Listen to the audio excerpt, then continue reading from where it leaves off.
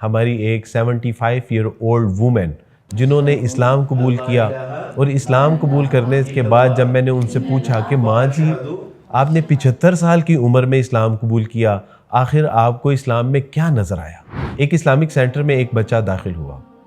وہ Islamic scholar کو دیکھتے ہوئے فرمانے لگا کہ سر میں اسلام قبول کرنا چاہتا ہوں۔ اسلامک اسکالر نے اس کی کم عمری پر تعجب کرتے ہوئے پوچھا کہ کیا آپ کے والدین مسلمان ہیں؟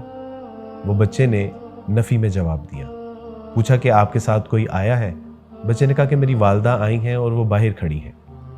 کہا کہ میں آپ کی والدہ سے مل سکتا ہوں؟ تو وہ بچے نے کہا کہ سر بالکل آپ مل سکتے ہیں۔ اسلامک اسکالر اس کی جب والدہ سے ملتے ہیں تو کہا کہ آپ مسلمان نہیں ہیں، لیکن آپ اپنے بچے کو مسلمان کیوں کرنا چاہتی ہیں؟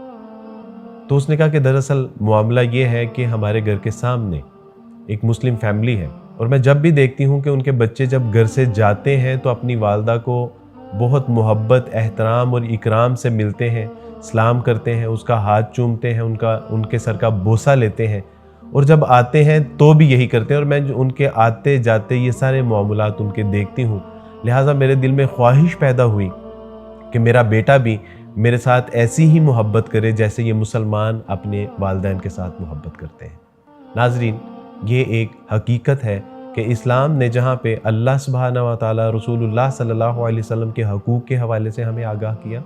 وہاں پہ یہ ہمیں اپنے والدین سے محبت، ان کا احترام، ان کے اکرام کے حوالے سے بھی تعلیم دیتا ہے۔ ناظرین، اسی تعلیمات کے پیش نظر کچھ دن پہلے ہماری ایک 75 ایئر اولڈ وومن جنہوں نے اسلام قبول کیا، اور اسلام قبول کرنے کے بعد جب میں نے ان سے پوچھا کہ ماں جی آپ نے 75 سال کی عمر میں اسلام قبول کیا، آخر آپ کو اسلام میں کیا نظر آیا؟